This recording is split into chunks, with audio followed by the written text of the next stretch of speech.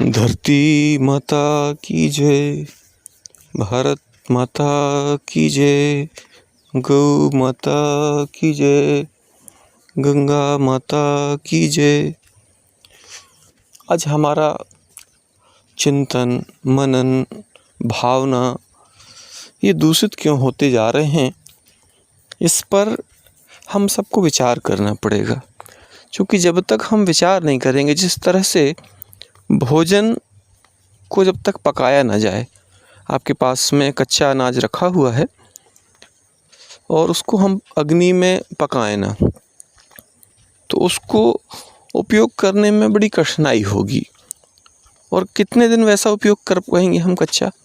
उसी तरह से हमारे विचार भी हैं।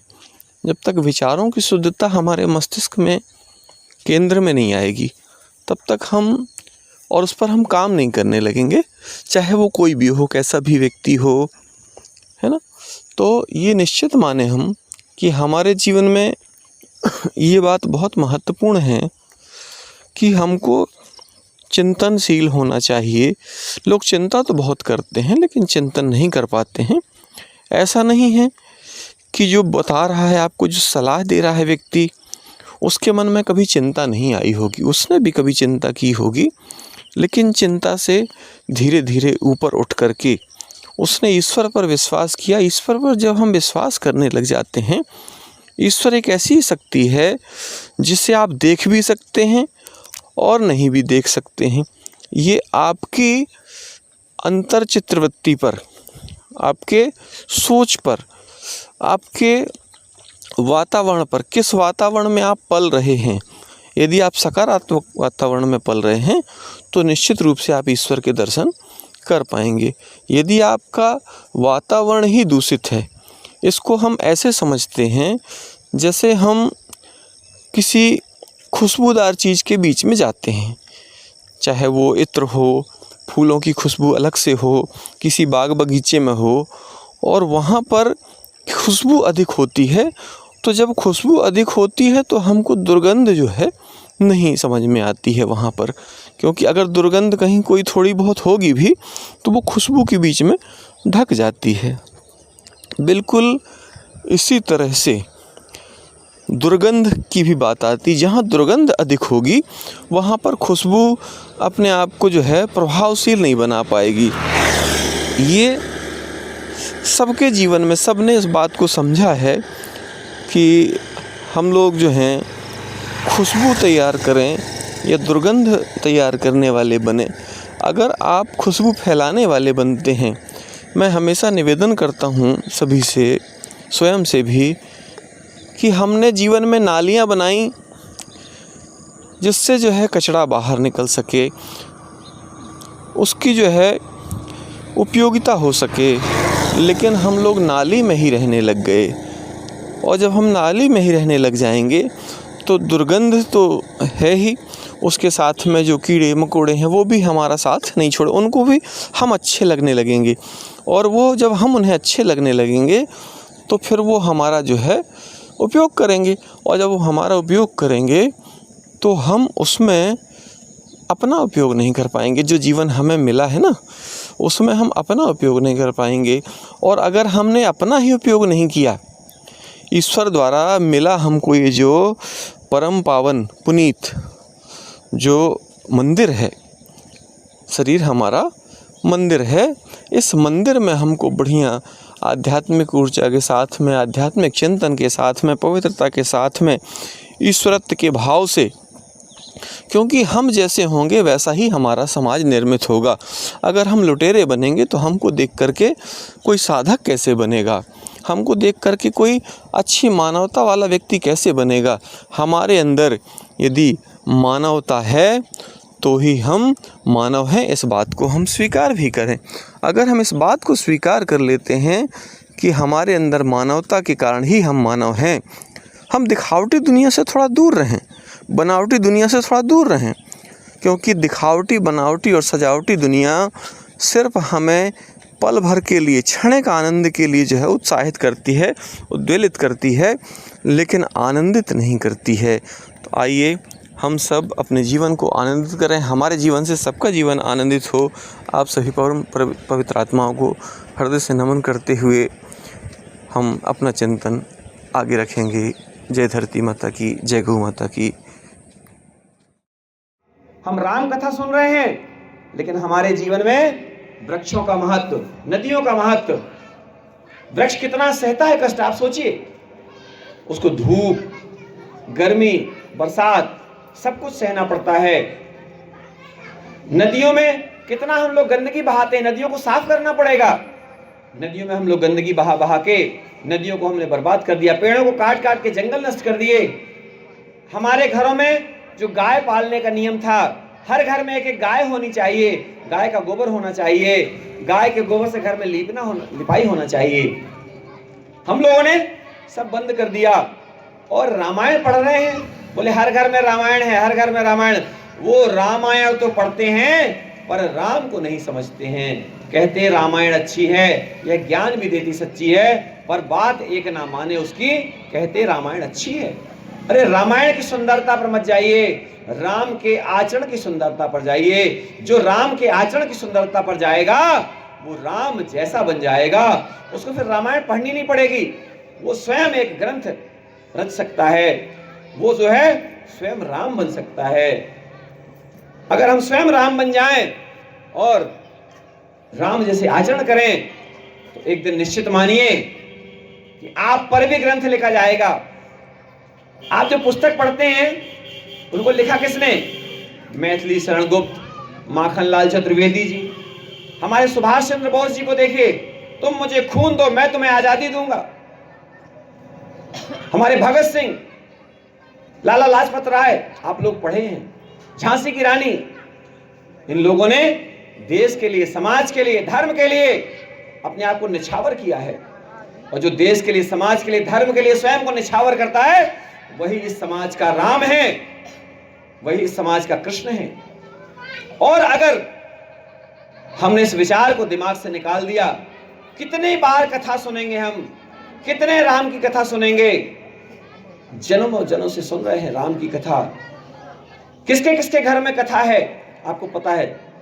कथा का मतलब होता है कि कथा को सुन करके उसके आचरण में आ जाइए, उसको आचरण में ले लीजिए। और जिसने कथा को आचरण में ले लिया उसको फिर इस भाव सागर से पार होने से कोई रोक नहीं सकता। इसलिए तुलसीदास जी ने कहा है, तुलसीदास रामायण रचकर गंगा बहा दिया, भव सागर पार उतरने को एक नौका बना दिया।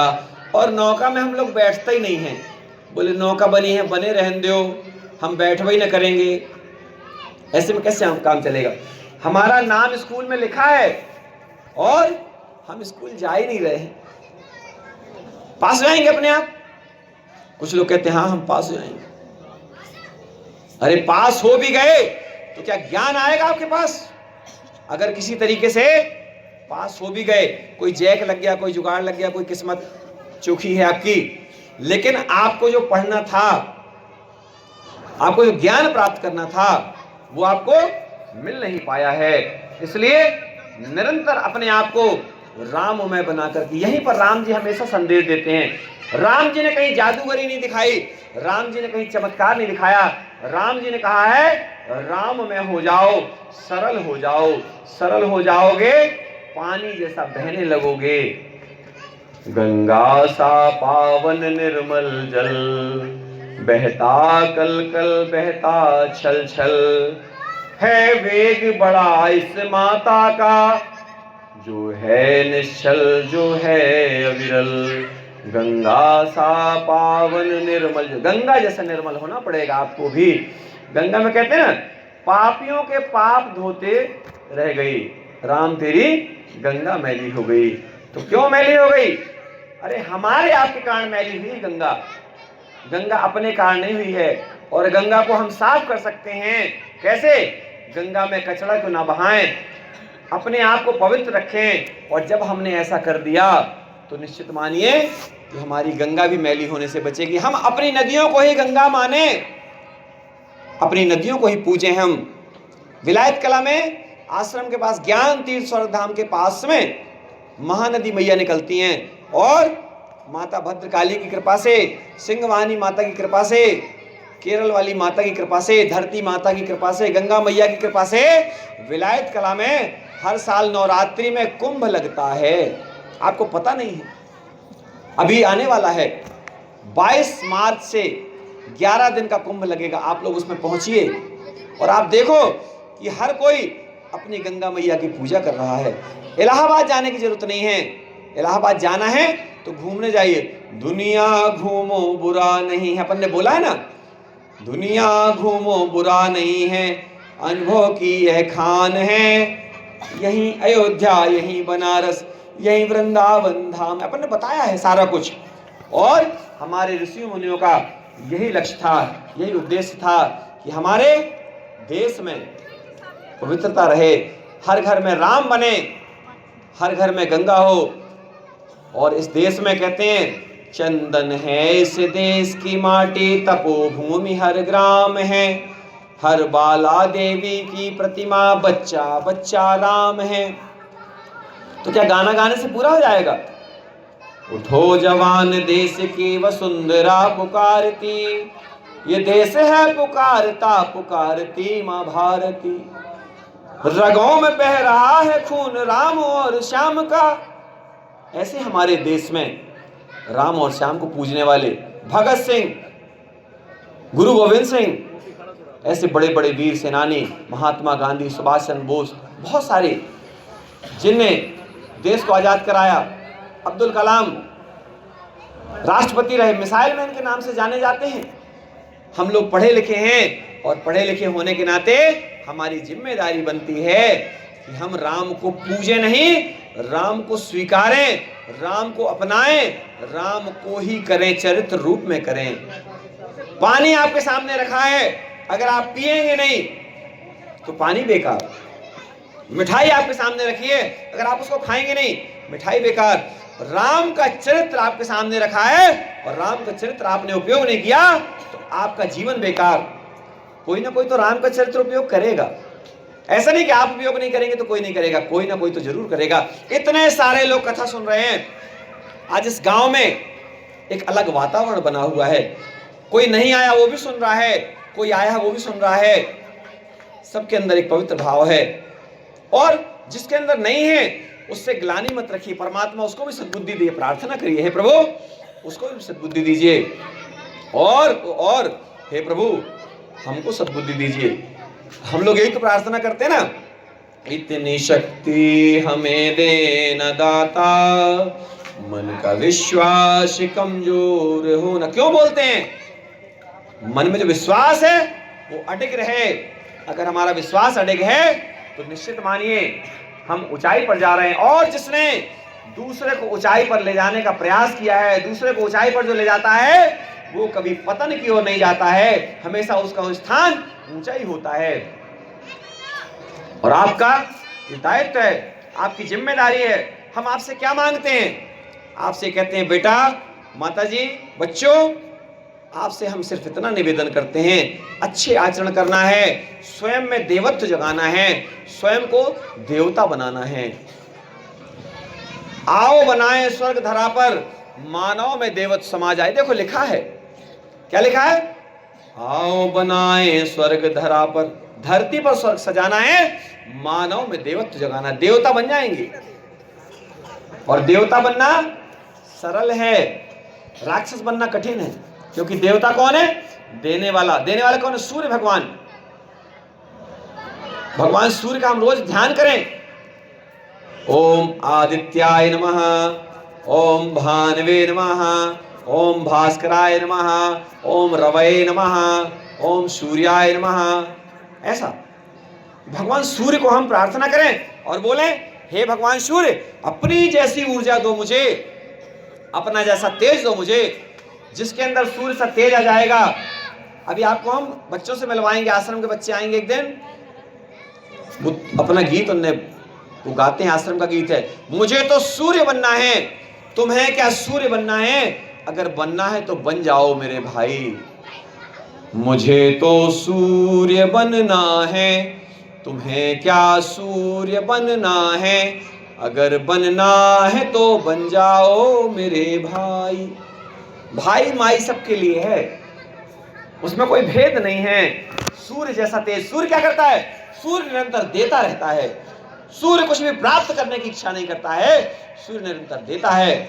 और जब सूर्य निरंतर देता है तो हम क्यों नहीं, हमारा जीवन भी सूर्य जैसा हो। बोली धरती माता की जय। आप सभी पवित्र आत्माओं की जय हो।